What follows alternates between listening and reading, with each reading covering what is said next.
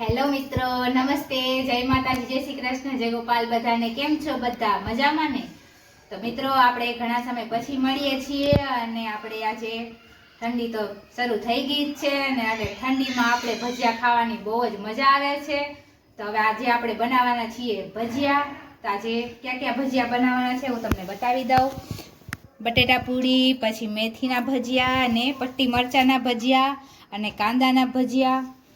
ભજીયાના તો નામ લઈએ એટલા ઓછા છે અને નામ લેતા જ મોઢામાં પાણી આવી જાય. ચાલો આપણે ભજીયા બનાવવાનું શરૂ કરીએ. તો મિત્રો, ભજીયા બનાવવા માટે મેં અહીં ડોલર બેસનનું પેકેટ લઈ લીધું છે, એટલે આપણે ચણાનો લોટ લઈ લીધો છે અને ચટણીના પેકેટથી આરાધ્યાબેન રમે છે. શું છે તારી પાસે? શું છે? ચટણી. અને અહીંયા મેં ખજૂર ને આંબલી પણ પલાળી દીધા છે. તો ચાલો હવે આપણે ભજીયા બનાવવાનું ફટાફટ ચાલુ કરી દઈએ. તો મિત્રો, આપણે હવે ભજીયા કરવાનું ચાલુ કરી દીધું છે, પણ પહેલા બેટર તો બનાવી લઈએ. તો બેટર બનાવવા માટે આપણે પહેલા ચણાનો લોટ લઈ લીધો છે, એમાં નાખી થોડીક હિંગ, મીઠું, પછી ખાવાનો સોડા અને લીંબુ. જોઈ લો કેવા બબલ્સ બન્યા છે. હવે આપણે પહેલા બેટર તૈયાર કરી લઈએ. ચાલો, અને એમાં થોડું થોડું પાણી એડ કરી અને બેટર તૈયાર કરી લઈશું.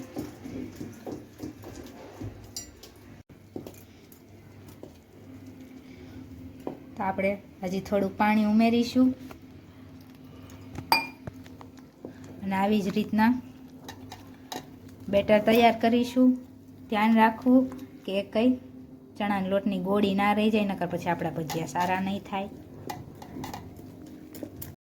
તો આપણું બેટર તો રેડી થઈ ગયું છે. હવે આપણે તેમાં નાખશું લીલી મેથી. લીલી મેથીના ભજીયા કોને કોને ભાવે છે તે કમેન્ટમાં કહી દેજો.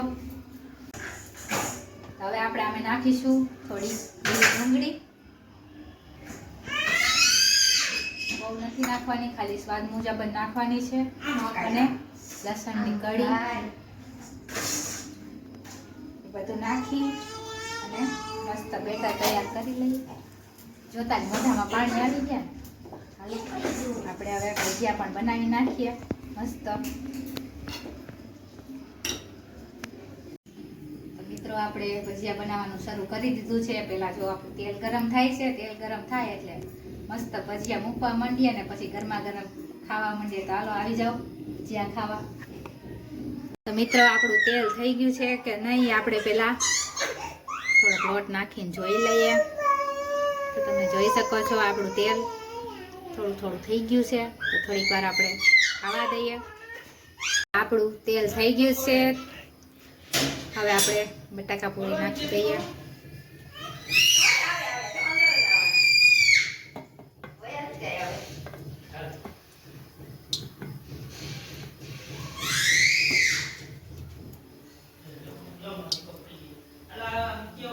આપણે બટાકા પૂરી મૂકવાનું ચાલુ કરી દીધું છે. બટાકા પૂરી થાય ત્યાર પછી આપણે બધા મેથીના ભજીયા બનાવી લઈશું. અત્યારે તો આપણે બટાકા પૂરી બનાવી લઈએ. આરાધ્યા બેનને ભૂખ લાગી છે, તો પહેલા આપણે બટાકા પૂરી બનાવી છે. તો મિત્રો, જોઈ લો, બટાકા પૂરી મારી પાણીપુરીની જેમ ફૂલી છે. કેવું થયું જો.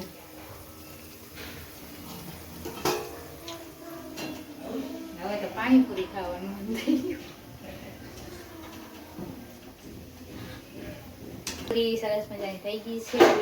હવે આપણે તેને એક ડીશમાં કાઢી લઈશું. એકદમ કડક કડક આપણી બટાકા પૂરી થઈ ગઈ છે. અને હવે મેથીનો ઘાણો પણ આપણે કરવાનું ચાલુ કરી દીધો છે. આપણા મસ્ત ફૂલીને દડા જેવા ભજીયા તૈયાર થઈ ગયા છે. જમવા બેસવાની વાત.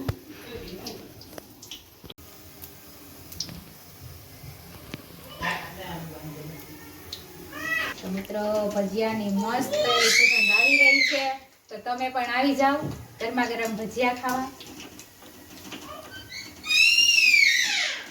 મેથીના ભજીયા તૈયાર થઈ ગયા છે. તો હવે તેને ડીશમાં કાઢી લઈશું.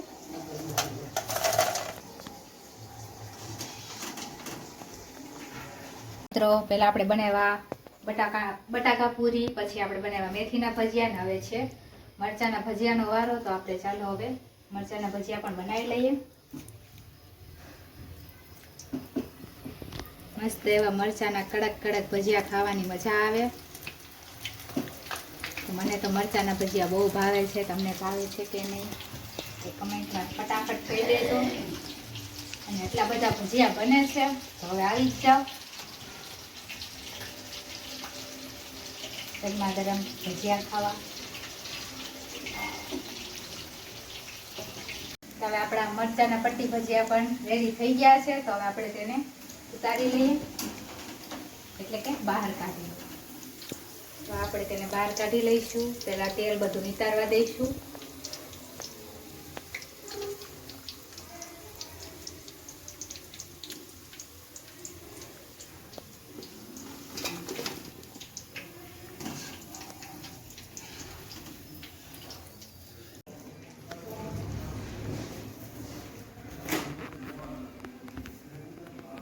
તો મિત્રો, આપણો આજનો વ્લોગ અહીં પૂરો થાય છે. અને તમને ભજીયાની રેસીપી કેવી લાગી તે કમેન્ટમાં જરૂરથી જણાવજો. અને અમારી ચેનલને લાઈક કરજો, શેર કરજો અને સબસ્ક્રાઈબ જરૂરથી કરજો.